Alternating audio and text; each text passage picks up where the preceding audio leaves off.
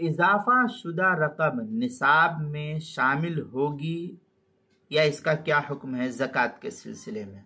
चुनांचे दौरान साल, साल के दौरान दरमियाने साल में निसाब में जिस कदर इजाफा हुआ, माल बढ़ता हुआ चला गया, इस सब पर आखिर साल में जिस दिन साल मुकम्मल हुआ उस दिन ज़कात वाजिब होगी। यानी जिस दिन साल पूरा हुआ उस दिन का बैलेंस देखा जाएगा और कुल पर ज़कात वाजिब होगी। मसलन आपका जिस दिन साल की इब्तिदा हुई थी उस दिन, एक मिसालन मैं आपको अर्ज करूं कि 30,000 रुपया आपके पास था।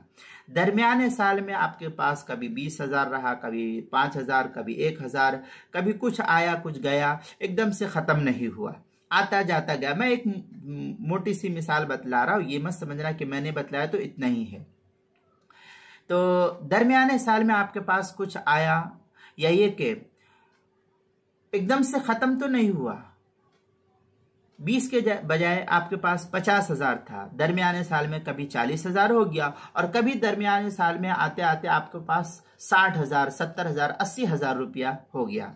तो अब देखा जाएगा कि आखिर साल में जिस दिन आपका साल मुकम्मल हुआ है उस दिन आप देखिए कि मसलन 1 रमज़ान मुबारक को मैंने पिछले साल ज़कात निकाला, अब आज 1 रमज़ान मुबारक को देखिए कि मेरे पास कितना माल है।